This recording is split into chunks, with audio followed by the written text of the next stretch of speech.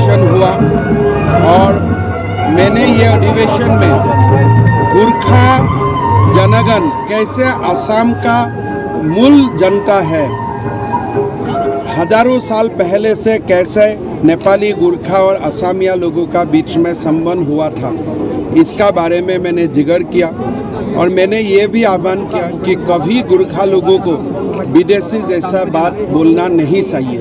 और मैंने हमारा ऑफिसर लोगों को भी यही इंस्ट्रक्शन दिया कि हमारा नेपाली गोरखा भाई लोगों को आप लोग कभी डिस्टर्ब मत कीजिए। सर, जो 11 पेंडिंग है, असम गवर्नमेंट क्या रोल प्ले कर सकती है? ये देखिए, ये जो 11 जाति का मामला है, ये हमारा जो मूल ट्राइबल्स लोग है, ये लोग और गोरखा सम्मेलन का बीच में डिस्कशन होके फिर हम लोग कुछ करें। और गोरखा ऑटोनोमस काउंसिल का सर अच्छा डेवलपमेंट काउंसिल बना हुआ है ये ফিল্ড মাৰ্শ্বাল যি মানিক শ্ব আছিলে, আপোনালোকে জানে তেওঁ বীৰত্বৰ কথা। তেওঁ কৈছিলে যে কোনোবা মানুহে যদি কয় যে মই মৰিব ভয় নকৰোঁ, তেতিয়া তেওঁ কৈছিল যে এইটো মিছা কথা, এইটো হ'বই নোৱাৰে। অৱশ্যে যদি তেওঁ গোৰ্খা হয় তেতিয়াহ'লে কথাটো বেলেগ। গতিকে মৰিব ভয় নকৰা মানুহ এই ভাৰতত অকল গোৰ্খাসকল আছে। আজি মই গোটেইখিনি আপোনালোকক কৈছোঁ, আপোনালোকে আমাৰ গোৰ্খা ডেভেলপমেণ্ট কাউন্সিলত মই 25 কোটি টকা ঘোষণা কৰিছোঁ। অসমত থকা বিভিন্ন গোৰ্খা গাঁও ডেভেলপমেণ্টৰ কাৰণে তেওঁলোকে सर, सिक्किम के लोगों के लिए मैसेज क्या है आपका? सिक्किम इतना प्यारा प्रदेश है, अभी सिक्किम आना है। मैं सीएम साहब को बोल के रखा हूँ कि जब भी समय मिलूंगा मैं सिक्किम आता हूँ और 2-3 दिन वहाँ बैठता हूँ। সকলৰ আজি পিতৃস্বৰূপ সংগঠন অসম গোৰ্খা সন্মিলন, এই গোৰ্খা সন্মিলনৰ 27 ত্ৰিবাৰ্ষিক অধিৱেশন নিকাচিত সম্পন্ন হ'ল। আৰু যোনটো অধিৱেশনত আমাৰ মুখ্য অতিথিৰূপে মাননীয় আমাৰ আটাইৰে জনপ্ৰিয় মুখ্যমন্ত্ৰী ডক্টৰ হিমন্ত বিশ্ব শৰ্মা ডাঙৰীয়া আহিছিলে। আৰু গোৰ্খা জনগোষ্ঠীৰ বিভিন্ন সমস্যা সমাধানৰ বিষয়ে তেওঁ যেনেধৰণে ৰাইজৰ মাজত বা বক্তব্য দাঙি ধৰিলে, আমাৰ গোৰ্খা জনসাধাৰণ অতিকৈ আনন্দিত হৈছে। আৰু গোৰ্খা জাতিৰ উন্নয়ন আৰু বিকাশৰ কাৰণে বনাই দিয়া গোৰ্খা ডেভেলপমেণ্ট কাউন্সিলৰ এককালীন পুঁজি হিচাপে 25 কোটি টকা তেওঁ ঘোষণা কৰিছে।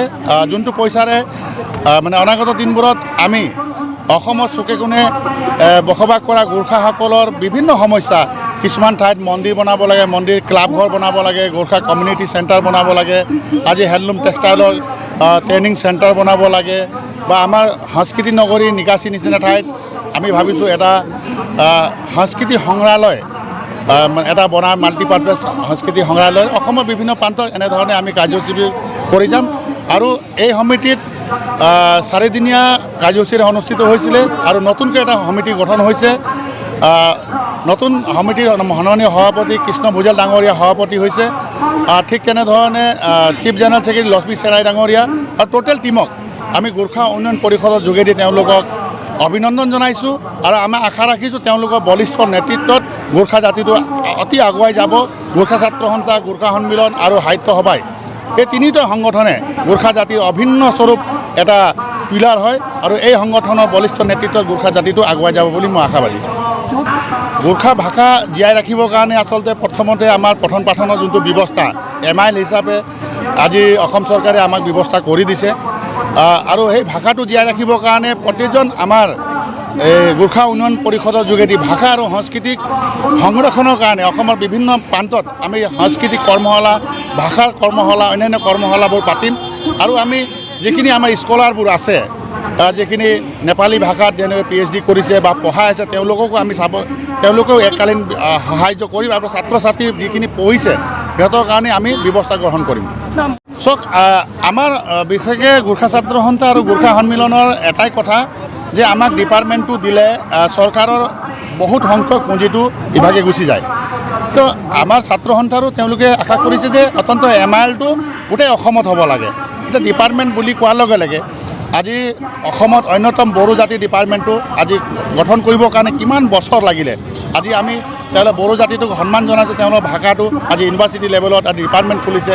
কিন্তু আমাক ডিপাৰ্টমেণ্ট নালাগে বুলি তেওঁলোকে যোনটো মহানতা কৰি অসম চৰকাৰক আমাৰ জনগোষ্ঠীয় ছাত্ৰ সন্থাবোৰে বিশেষকৈ আকচু আৰু গোৰ্খা সন্মিলনে যোনটো এইটো কৰিছে আমাৰ ভাষাটো জীয়াই ৰাখিব লাগে আচলতে তো ডিপাৰ্টমেণ্টটো খুলিলেই যে আমাৰ ভাষাটো জীয়াই ৰাখিব বা থাকিব সেইটো কথাটো নহয় আচলতে MIL-টোত তেওঁলোকে গুৰুত্ব দিছে আৰু অসমত পল্টন বজাৰৰ যোনটো গোৰ্খা হাই স্কুল বুলি নামাকৰণে এটা স্কুল আছে তাৰ পাছত এটা কি বোলে মালিগাঁৱত নেপালী ME LP আৰু ME স্কুল এটা আছে আৰু সেই দুটা খালি স্কুলটোক